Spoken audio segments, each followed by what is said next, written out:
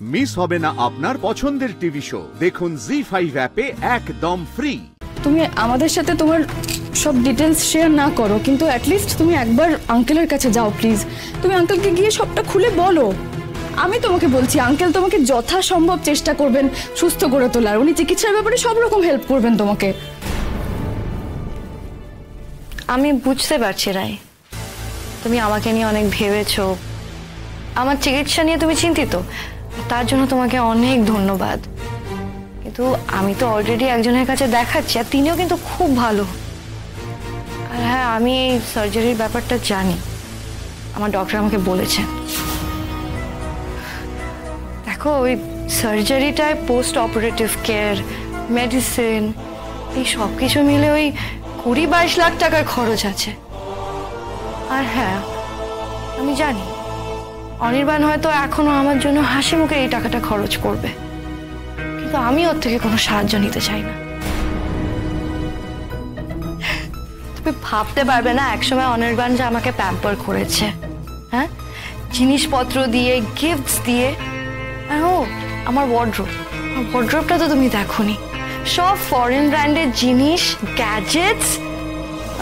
হ্যাঁ, বা আমি ধরো কোনো জিনিসের দিকে তাকাতাম বা সেটা হাতে নিয়ে একটু নাড়াচাড়া করে দেখতাম, সেটা উনি আবার কিনে নিয়ে আসতেন।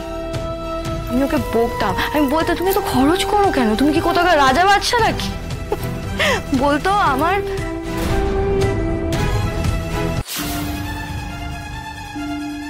আই এম সো সরি, আমি তোমাকে বোর করছি। না না না না, ঠিক আছে, বেশ লাগছিল আমার। মনে হচ্ছিল অচেনা মানুষদের গল্প শুনছি। না right, I am really sorry, but আমি তোমাকে হার্ট করতে চাই না। কিন্তু আমি বুঝতে পারি একটা মেয়ের জন্য তার হাজবেন্ডের অন্য ওয়াইফকে মেনে নেওয়া কতটা শক্ত। তো তুমি যে কি করে ছাড়ো না কোয়েল এসব কথা। আমি যেটা বললাম সেটা মাথায় রেখো কোয়েল। আমার মনে হয় তোমার সেকেন্ড ওপিনিয়ন নেওয়াটা খুব দরকার।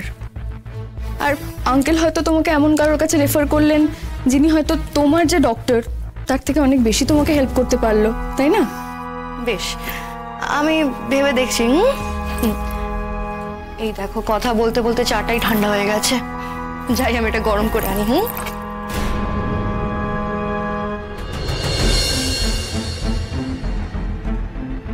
অনির্বাণ, কোনটা তুমি? তোমাকে কি আমি আদৌ চিনেছি?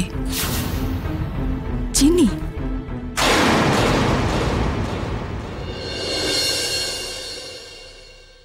বৌদি, হ্যাঁ, একটা কথা বলবো। কি? একে তুমি বাড়ি থেকে বিদায় করো। মানে কেন? দেখ, আমি ছোট মুখে কিছু বলতে চাই না, এই মেয়ে কিন্তু সুবিধের না। তুমি কেন এসব কথা বলছো?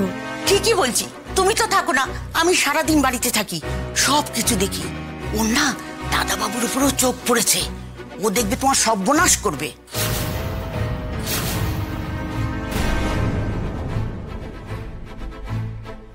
তুমি যাও, এসব কথা আর কখনো আমার কাছে বলতে আসবে না। যাও এখান থেকে।